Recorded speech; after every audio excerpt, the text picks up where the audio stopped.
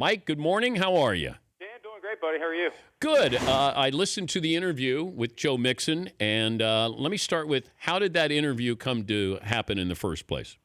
Well, he's represented by an agent that I think we both know, Peter Schaefer, who's been in the business a long time, and Peter has been trying to just kind of get the word out, Joe Mixon's side of the story, and I've been very skeptical. I mean, we see the video. It's hard to come back from that video. It's a Ray Rice-style video, and I think you could objectively look at that video and say, man, it's even more brutal than the Ray Rice video.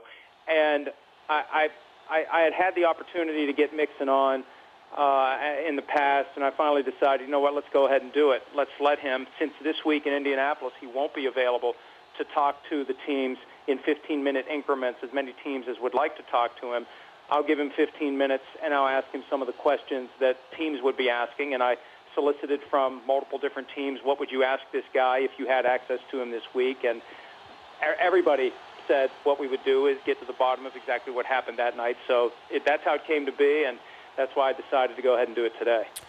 Yeah, and you pointed this out. As I'm listening, I'm saying he's well-schooled, because this is what happens, that, the agency will sit him down and say, all right, here are the questions. This is what you need to say. Full responsibility. There were catchphrases that were in there, and you tried to catch him off guard. Did you have a moment where you sort of maybe got to see behind the curtain with Joe Mixon of who he really is? Well, not really who he is, but whether there's true remorse there, it's hard to get through the standard language that was written by someone else and hammered into his head to be used at the appropriate time. Now, look, if he's true, it could be coincidental and he's truly remorseful. Whether he's remorseful or not, these are the things that he's going to say.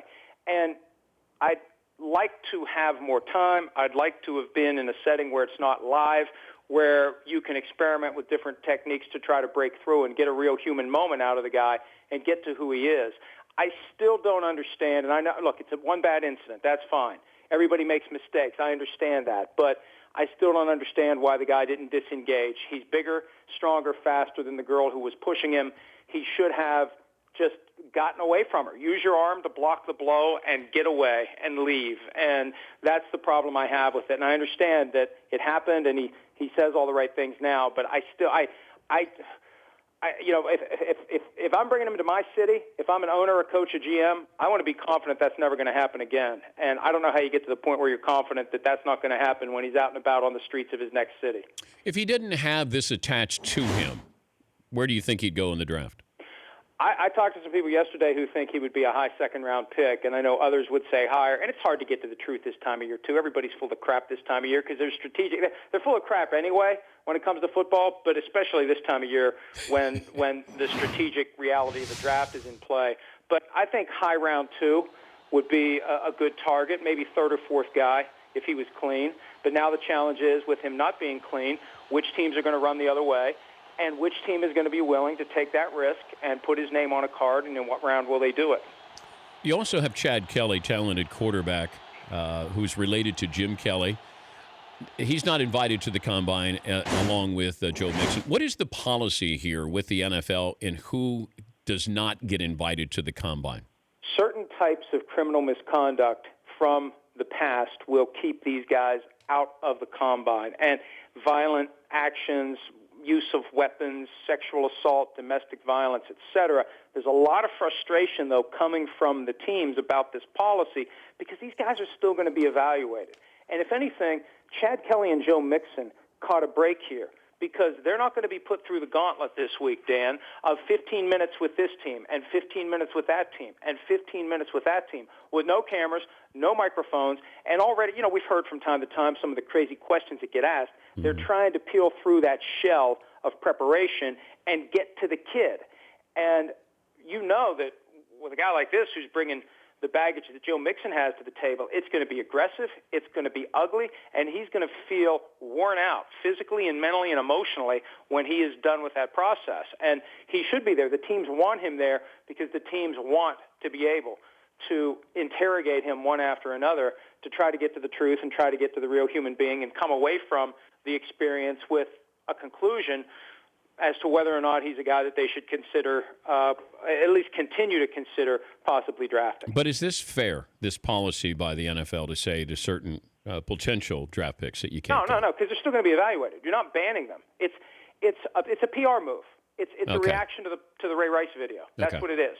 And because they were criticized so heavily for coming off as insensitive when it comes to issues of domestic violence, they've decided to boomerang the other way and put a policy in place that just makes it harder, less efficient, and more expensive for the teams to do the evaluations that they are going to do anyway. You're still going to evaluate the players, but it's going to cost you more money because now this is a guy that you've got to fly him in. You've got to do the medical work on him in your own building instead of having it done in one place. That's how the Combine got started, Dan. It was a place to do comprehensive medical on all the players in one place instead of 32 sets of x-rays and 32 sets of MRIs and 32 this and 32 that. You do it one time and you share the information, and now that complicates it because he's not available for the medical, he's not available for the interviews. You know, all the stuff that they do on the field is secondary to mainly the medical, but also for a guy like this, the opportunity to run him through hotel room after hotel room and ask him aggressive, tough questions about what happened back in July of 2014. One final thing, you touched on this on your show. Adrian Peterson's future doesn't feel like it's going to be in Minnesota. He gave us hints that maybe Dallas. He gave us hints that maybe the Giants. What is going on with Adrian Peterson? Well, Dan, the Vikings owe him $18 million this year, and it starts with a $6 million roster bonus that is due early next month. Look, I think that, and we know that what happens this time of year, there's tampering that runs rampant. There are hypothetical phone calls. You gauge the market to find out what's behind door number two if the team that holds your rights doesn't want to give you what's behind door number one. And for the Vikings, they could say, well, we owe you $18 million, but we'll pay you $9 million, just to throw a round number out there. The question becomes, what will other teams pay? I'm starting to get the sense, and I don't know this, but I'm getting the sense that maybe Adrian Peterson has yet to hear discreetly and hypothetically and off the radar screen from any teams that they would be willing to pay more than what the Vikings would pay on a reduced deal. And I think he's ultimately going to have to decide, does he take less from the Vikings or does he take even less than that from someone else? And I'm just getting the impression that he's not getting the kind of value directed to him that he thinks he should be getting. And it's probably going to leave him even more motivated, more upset to have a big season if he physically can do it. But I have the feeling right now that the money's not going to be there, at least not to the extent that he thinks it should be. Thank you, Mike. Great stuff with Mixon earlier today. You can catch Pro Football Live with Mike on NBC Sports Radio from 6 to 9 a.m. Eastern weekdays, and also on NBCSN from 7 to 9. Thank you, Mike. Thanks, Dan. See you, pal. Yep. The Dan Patrick Show, weekday mornings on Audience.